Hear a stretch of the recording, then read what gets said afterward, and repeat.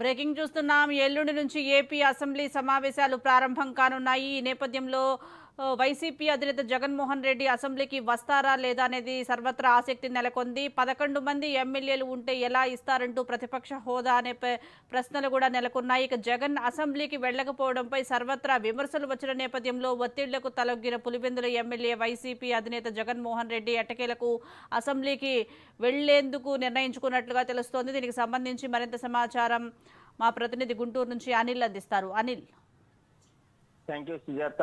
ఏదైతే ఈ నెల 24వ తేదీ నుంచి బడ్జెట్ అసెంబ్లీ సమావేశాలు జరగనున్నాయి. అయితే గత అసెంబ్లీ సమావేశాలకు వైఎస్ఆర్ కాంగ్రెస్ పార్టీకి చెందిన ఎమ్మెల్యేలు కానీ వైఎస్ జగన్ కూడా హాజరు కాలేదు. అయితే ప్రధానంగా ప్రతిపక్ష హోదా ఇవ్వాలంటూ కూడా మొదటి నుంచి జగన్మోహన్ రెడ్డి ఆయన అడుగుతా ఉన్నాడు, ఇవ్వచ్చని వారు. అయితే దాని మీద 11 మందికి ప్రతిపక్ష హోదా ఇవ్వమంటూ కూడా ప్రభుత్వం చెప్పడం జరిగింది. దీనిపైన ఎట్టకేలకు ఈ నెల 24వ తేదీ నుంచి జరిగే బడ్జెట్ సమావేశాలకు వైఎస్ఆర్ కాంగ్రెస్ పార్టీ ఎమ్మెల్యేలు హాజరవుతారని కూడా తెలుస్తా ఉంది.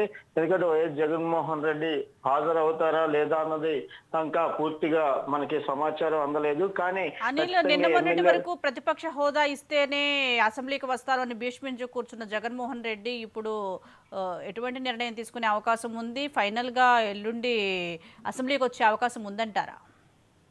అంటే జగన్మోహన్ రెడ్డి వస్తారా లేదా అన్నది కూడా ఇంకా సందిగ్ధత నెలకొంది. అయితే ప్రధానంగా చూసుకున్నట్టే ఎమ్మెల్యేలు మాత్రం హాజరై బడ్జెట్ లో చర్చించాలని కూడా ఒక నిర్ణయం తీసుకున్నట్లుగా తెలుస్తా ఉంది. ఇంకా వైఎస్ఆర్ కాంగ్రెస్ పార్టీ 11 మంది ఎమ్మెల్యేలు హాజరవుతారా లేదా ఆయన మినహాయించి 10 మంది హాజరవుతారా అనేది కూడా తెలుస్తా ఉంది. అయితే నాకు తెలుసు 1-2 రోజులు అసెంబ్లీ సమావేశాలకు వచ్చే అవకాశాలు ఉన్న ఎమ్మెల్యేలు వచ్చిన తర్వాత బడ్జెట్ సమావేశం తర్వాత వారు వస్తారా రారా అనేది కూడా వేచి చూడాల్సిన పరిస్థితి అయితే ఇక్కడ నెలకొని సుజాత.